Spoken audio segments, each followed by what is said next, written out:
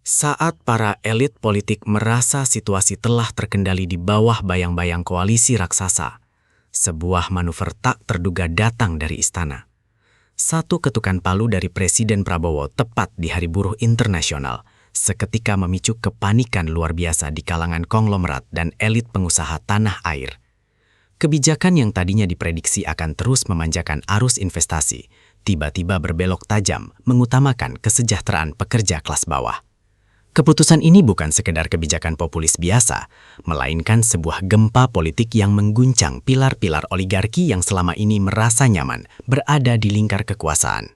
Peringatan Hari Buruh tahun ini awalnya diprediksi hanya akan menjadi rutinitas tahunan biasa dengan aksi massa, orasi di jalanan, dan tuntutan yang kerap berujung pada janji-janji diplomatis.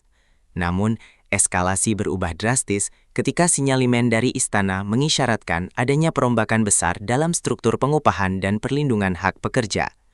Massa yang memadati jalanan ibu kota tidak lagi sekadar menuntut, tetapi mereka tengah menyambut sebuah janji politik yang akhirnya direalisasikan. Di sisi lain, hal ini menjadi alarm bahaya bagi sektor industri padat karya yang telah lama bergantung pada sistem upah minimum yang ditekan sedemikian rupa. Dalam sebuah pidato yang disiarkan ke seluruh penjuru negeri, Presiden secara resmi mengumumkan serangkaian regulasi baru yang berpihak penuh pada kaum buruh. Regulasi ini mencakup revisi formulasi upah yang lebih menguntungkan pekerja, pembatasan ketat terhadap sistem kerja kontrak, serta peningkatan jaminan sosial yang dibebankan pada pemberi kerja. Narasi yang dibangun oleh pemerintah menekankan bahwa pertumbuhan ekonomi tidak boleh lagi mengorbankan keringat rakyat kecil.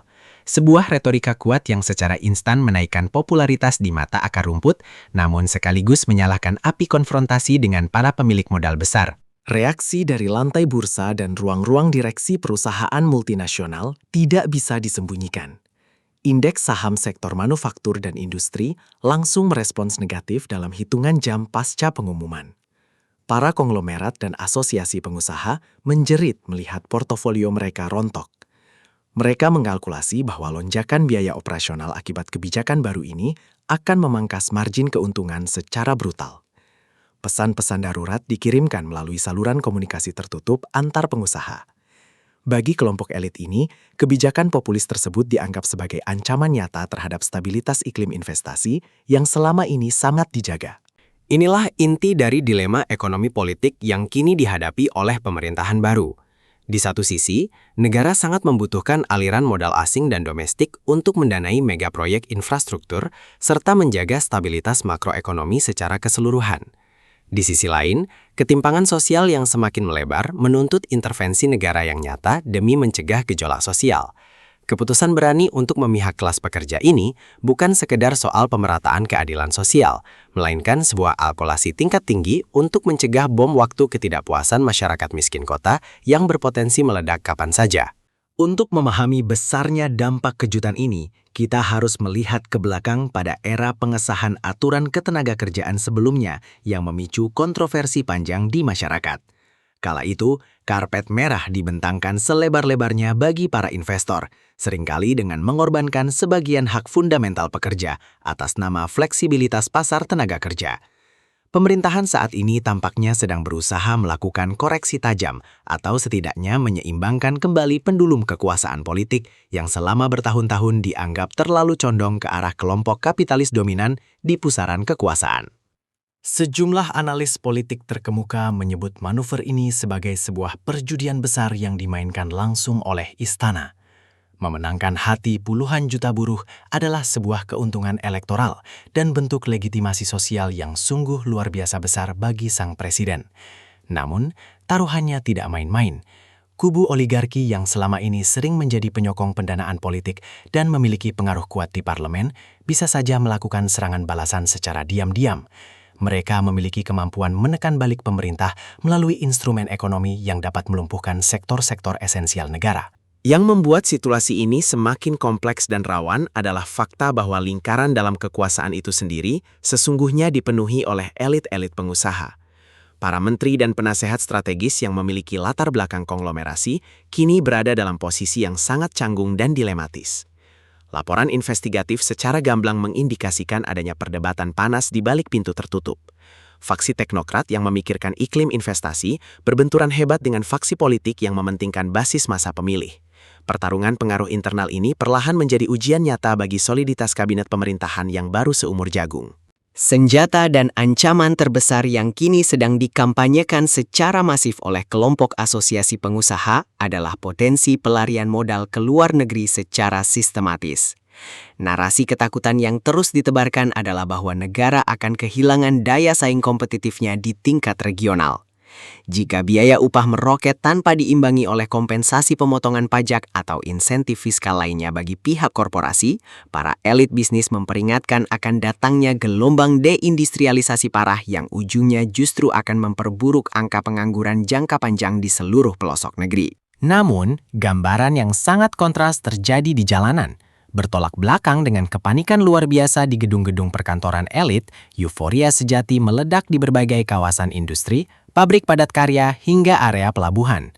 Bagi kelas pekerja, kebijakan ini layaknya hujan di tengah kemarau panjang setelah daya beli mereka tergerus hebat oleh hantaman inflasi selama bertahun-tahun.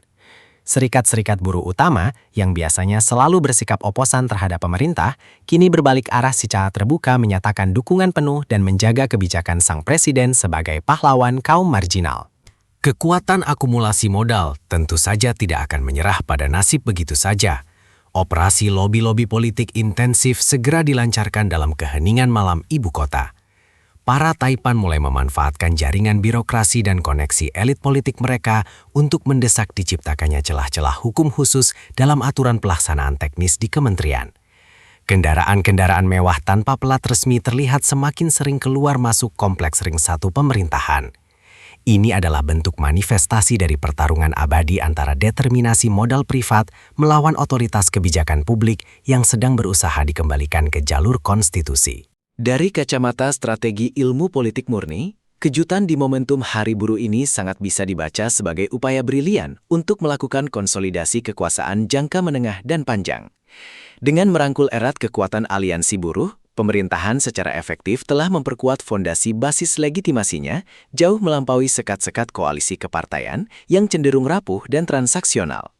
Jika suatu saat para penyokong oligarki memutuskan untuk melakukan makar politik dengan mencabut dukungan elit mereka, istana telah memastikan masih memiliki barikade jutaan massa akar rumput terorganisir yang siap bertaruh nyawa membela arah kebijakan negara. Konsekuensi alami yang merambat dengan cepat selanjutnya adalah pecahnya perang wacana secara terang-terangan di ranah opini publik. Outlet jaringan media besar yang terafiliasi dengan kepemilikan konglomerasi terus-menerus memproduksi berita mengenai dampak destruktif kebijakan ketenagakerjaan, menghadirkan rentetan pakar untuk menakut-nakuti publik dengan bayangan resesi ekonomi. Sebaliknya, barisan media independen dan jaringan aktivis merapatkan barisan dengan menyebarluaskan narasi keadilan redistribusi kekayaan. Polarisasi perdebatan ini berhasil memaksa seluruh entitas masyarakat untuk mengevaluasi ulang makna dari sebuah pertumbuhan ekonomi jika ia tidak bisa menyejahterakan manusia di dalamnya. Tidak hanya di dalam ranah domestik, sorot mata tajam komunitas global dan barisan investor asing juga terus mengawasi setiap pergerakan di Jakarta. Lembaga-lembaga pemeringkat risiko investasi internasional mulai melakukan audit dan mengevaluasi ulang proyeksi ekonomi Indonesia secara menyeluruh. Mereka melontarkan satu pertanyaan kritis. Apakah kebijakan upah populis ini murni merupakan pergeseran permanen menuju model ekonomi kerakyatan atau sekedar taktik politik populis berumur pendek? Kegagalan meyakinkan entitas pasar bebas global bisa berujung pada hengkangnya aliran portofolio asing yang vital bagi stabilitas mata uang nasional. Pada kesimpulan akhirnya, kejutan taktis di Hari Buruh yang dilemparkan dengan sempurna oleh istana akan tercatat sebagai salah satu eksperimen keberanian politik dan ekonomi paling mendebarkan dalam sejarah modern bangsa ini. Pengusaha memang menjerit keras, dan friksi langsung dengan kubu oligarki adalah harga mahal yang mutlak harus dibayar oleh pemimpin negara. Pertanyaan terbesarnya kini adalah, apakah pemerintah benar-benar akan keluar sebagai pemenang dalam perjudian kolosal ini? Waktulah yang akan membuktikan secara empiris apakah pemihakan radikal kepada kelompok pekerja miskin ini bisa menjadi landasan kuat era baru kebangkitan kesejahteraan ekonomi nasional atau justru sebaliknya.